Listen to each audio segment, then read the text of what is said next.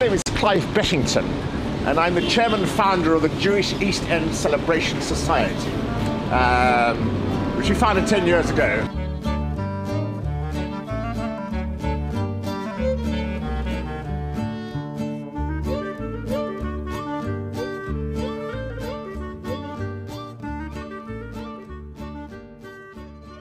And if any of you read Israel Zangwill's book, The Children of the Ghetto, which is based in this whole area, and he wrote this about 1890, and he was chastised for writing this book, a novel about Jews. He was told he had portrayed Jews in a bad light. And he wrote to his critic in America, Mr. Salzberg, and he said, unlike you, Mr. Salzberg, I've mixed with ordinary people all my life. Unlike you, you've obviously mixed only with angels, so today we're dealing with real people who lived in great poverty, actually. So we have to take that very much into consideration, actually, as we do that. We're starting here, we're going down Whitechapel Road, turning up through Myrtle Street, and we're going to end up at Premier Land, the site of Premier Land. And one thing my society wants to do, we like to have plaques put up commemorating the site of various places, because obviously most of these places have disappeared, actually, so it'll be in the street, on the spot. But again, you have to use your imagination, actually. With a lot of it. So much of the East End has disappeared, and we're looking at the earlier boxes from 1780 onwards, and then the later boxes of the 20th century. And both these groups came from very different backgrounds. This is within the City of London, the Waterport Soker, but it became very Jewish from 1656 onwards. There were quite heavy Jewish settlements here, but these are mainly Sephardic Jews and West European Jews. So by the time this Jewish group, Daniel Mendoza and that group, were boxing here, they spoke English. They weren't speaking foreign languages. But of course, 1881, you have this massive influx of East European Jews speaking Yiddish. And the next wave of boxers, people like Ted Kid Lewis, Jack Kid Berg, came from that Yiddish-speaking background, actually. Very, very different from the earlier ones. And of course, the earlier ones were all bare-knuckle boxers, actually. And of course, we'll be discussing the greatest of them of all.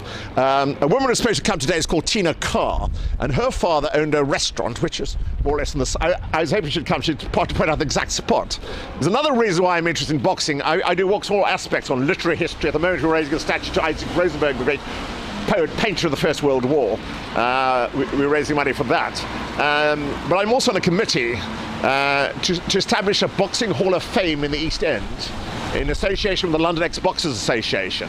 I'm supposed to be doing the Jewish section, because what's happening now is a lot of these people are dying off, and they're throwing away a lot of artifacts which should go. 2 years ago, we had an exhibition at the Hackney Museum on the boxes of the East End. And the East End was a great boxing area for all groups, all ethnic groups, the Irish, the blacks, not the Asians as yet, but the Jews, non-Jews. This was the great boxing area, actually. So that's basically what I want to do, is to make sure that we have a boxing hall of fame in the East End. So now we're moving down Whitechapel Road. Okay, ready. We're now looking up Petticoat Lane, which of course was the great Jewish market, which had stood there for hundreds of years as a Jewish market. They tried to get rid of the Jewish traders, but they never succeeded in the city, because they basically blocked the roads leading down to the docks. And there are only about 3 Jewish traders left now. But this is where we're going to start discussing the earlier boxers, and the greatest of them, of course, was Daniel Mendoza. He was born in 1762 in a little street called Horseshoe Lane, which has long since disappeared, just off Petticoat Lane. He was born into a very traditional Sephardic family. He was bar mitzvahed at the Bevis Mark Synagogue, the most beautiful synagogue in England, the oldest one. And he was married there to a girl she was 15 at the time he married her, actually. And he worked in this area because there are all these great warehouses here, and he's working in a tea warehouse just up the road here. And a group of thugs were harassing an old Orthodox Jew, a long beard, and that they were making fun of him, and he went up and started fighting them. He was only 16 at the time, and this fight was witnessed by Richard Humphreys, who became his great adversary later. And Richard Humphreys went back and said, "I have just seen the future boxing champion of England," actually, who was, of course, Daniel Mendoza.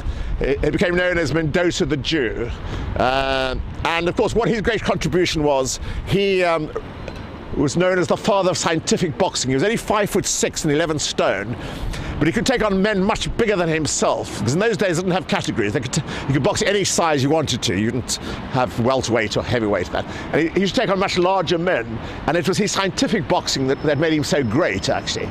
And he wrote a book called The Art of Boxing, and he started a boxing gymnasium where the Bank of England is now, actually.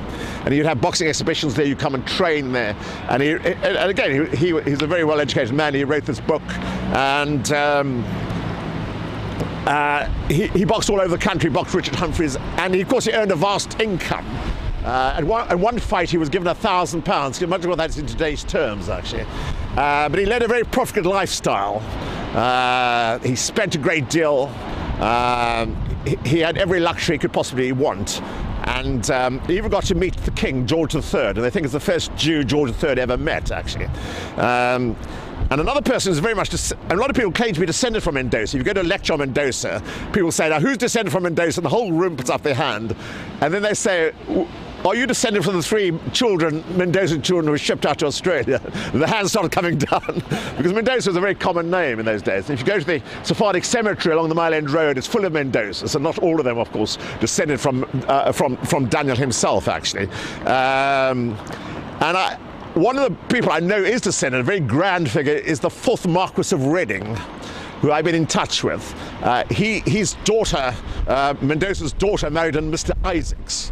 And the Rufus Isaacs was the first Jewish Lord Chief Justice of England, and he grew up in this area. And to raise money for his legal studies, he'd take people on in boxing matches in the pubs. And he became Viceroy of India, first Marquis of Reading, and his great-grandson is the present Marquis, actually. And I've been in touch with a filmmaker, I won't tell you his name, he's quite a well-known filmmaker, British filmmaker, who wants to make a feature film on the life of Mendoza. He's even got a script ready, and I'm trying to push that ahead as well. And he wants to stop it at the point where he meets George III. He doesn't want to take it further along Mendoza's life, when Mendoza goes into decline. Because by the age of 32, he was already, well, quite an old man, actually, and he took on gentleman John Jackson, and he was severely beaten up. He was actually mutilated. He was so badly beaten up because at that time he was too old. Then, of course, he got his financial position got worse and worse, and he tried to make a comeback at the age of 57. I mean, 57 today would be far too old to make a comeback. In those days, it was absolutely ancient, and it was quite sad. He died at 75 in total poverty.